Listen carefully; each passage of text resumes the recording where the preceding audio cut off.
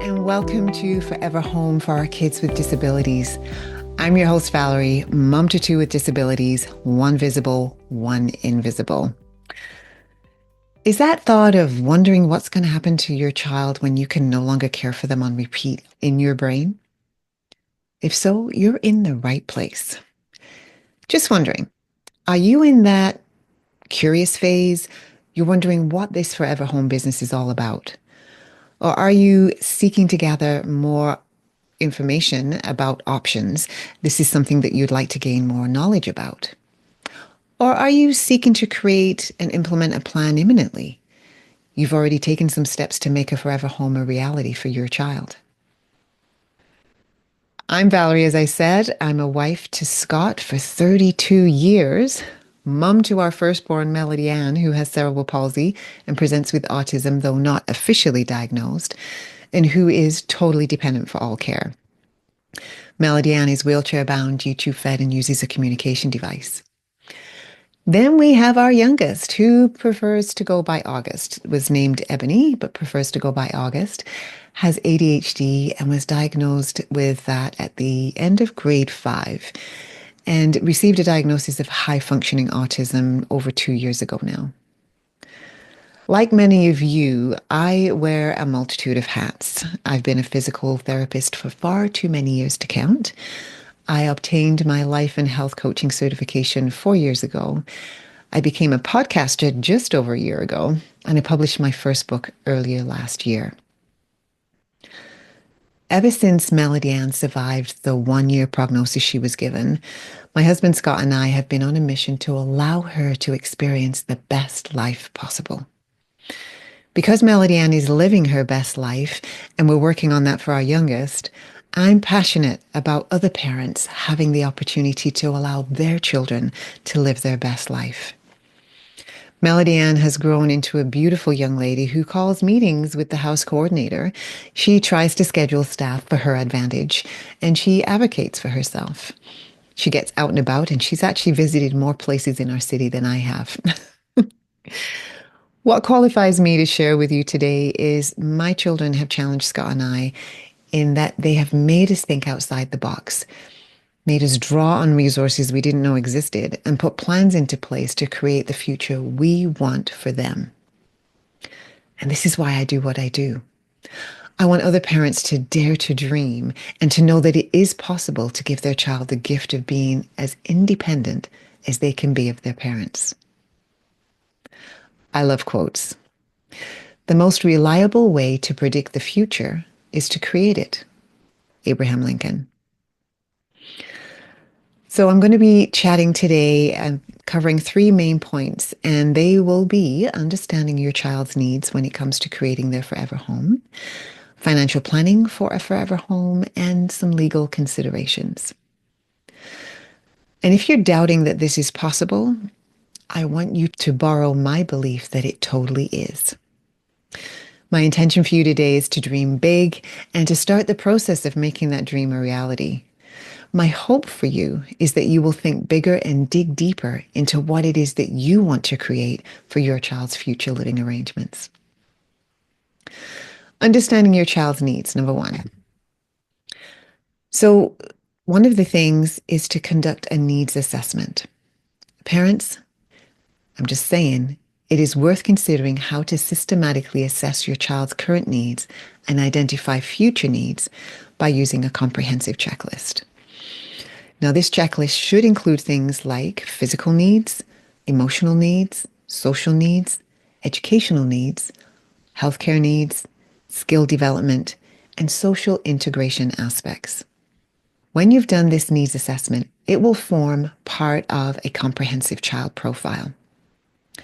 So what's a comprehensive child profile? Glad you asked. A comprehensive child profile is designed to be a living document that evolves over time, reflecting the child's growth and their changing needs. So it can be used by parents, caregivers, educators, and professionals to ensure consistent and informed support across all areas of the child's life. Email me if you'd like a copy of a needs assessment checklist. I would encourage you to review this checklist periodically as your child matures and as their needs may change. If you've got a minute, I want you to take out a pen and some paper or open up your device and type. I just want to say that visualizing is a very important part of planning your child's forever home. Writing down the vision helps you to better organize your thoughts. Write a vision statement detailing where you see your child in 5 years, 10 years, and 20 years from now. Think about different aspects like medical, healthcare needs, education, career, social life, personal independence, and living arrangements. A 5-year vision statement can look like this. In 5 years, I envision my child living at home while attending a specialized educational program that caters to their unique learning needs. They will be participating in social activities with peers in our community, fostering friendships, and developing social skills. My child will gain greater independence through learning daily living skills with our support and guidance to prepare them for future transitions. Now, if you want to look at a 10-year vision statement, it could look something like this. By the time we reach the 10-year mark, I see my child thriving in a semi-independent living situation, perhaps with light supervision, where they can experience a balance of independence and security. They will have completed vocational training and be employed in a job that they enjoy and that brings them fulfillment. Socially, my child will maintain a close-knit group of friends and participate in community events or hobby clubs that align with their interests. Our goal is for them to feel self-confident and valued in their contributions. A 20-year vision statement can look like this. In 20 years, my vision is for my child to fully embrace an independent lifestyle, living in their own home or in a community setting that feels like home. They will engage in a meaningful career or volunteer work that aligns with their strengths and passions. My child will have a strong network of friends and participate in regular social and recreational activities that bring them joy.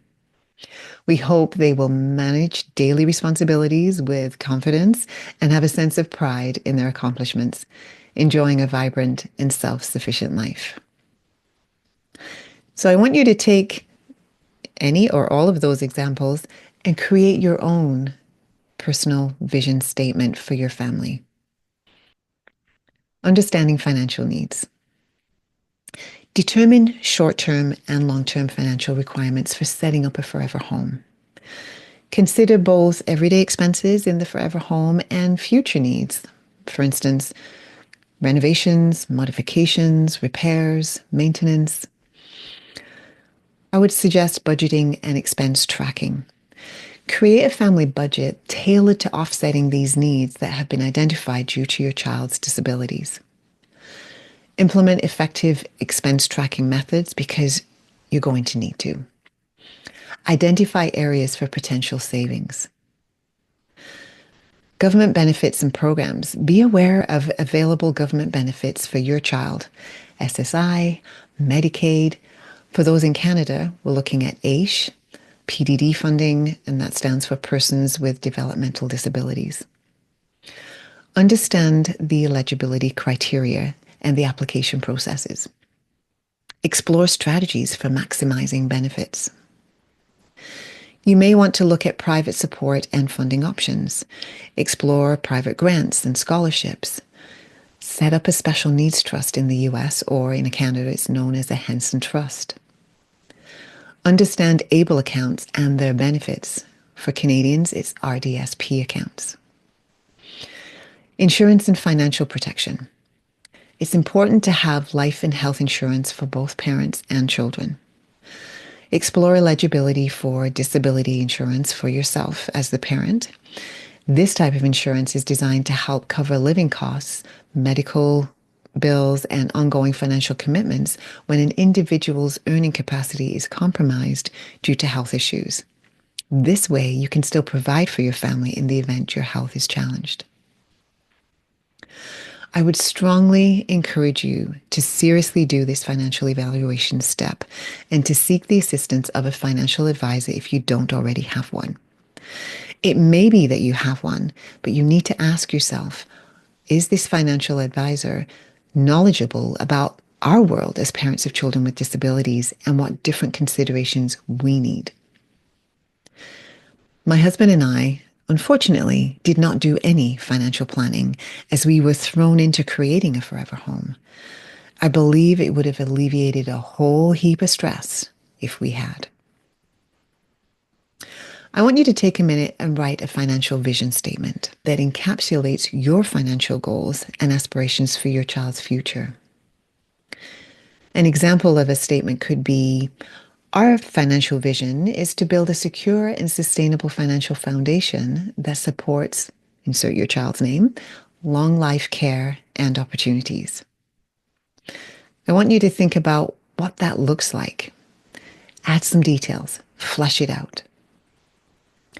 My child will be financially self-sufficient with all the benefits they are entitled to. My child will receive monthly deposits in their account from a trust fund or some other type of fund when they reach 18 or 21. Legal considerations as pertaining to your child with disabilities. A trustee. This is something we're actually looking into now for our child's Henson Trust. A trustee manages a trust which provides structured financial support for a child with disabilities by handling financial management, asset distribution, and legal compliance. So a special needs trust, what's called in the States, or Henson's Trust, which is what it's called in Canada, allows your child to maintain government benefits while supplementing with trust resources. A financial POA, power of attorney, manages finances on behalf of the principal, which is you, overseeing bank accounts, legal transactions, and benefit applications. A healthcare POA, power of attorney, makes healthcare decisions if the principal, you, is incapacitated, ensuring medical needs align with the child's interest. Guardians are appointed by the court. They handle broader responsibilities, including financial, educational, and personal decisions. In Season 1, Episode 1, under the new podcast name, and that episode dropped on March 5th, 2025, I shared the housing solutions that Scott and I created for our children. Eden House, where Melody Ann lives, is a model that provides a supportive living arrangement that is family-owned, where professional support is provided in a more personalized setting, whether in shared housing or individual homes. At Eden House, we have shared housing. Benefits include personalized environment. The way Eden House is set up, it allows for personalized living environment tailored to our child's specific preferences and her needs. And this can be difficult to achieve in a traditional group home setting. Number 2, selective housemates. In the case at Eden House, we had the ability to choose housemates who complement our child's personality and needs, fostering a supportive household dynamic. Number 3, agile support system.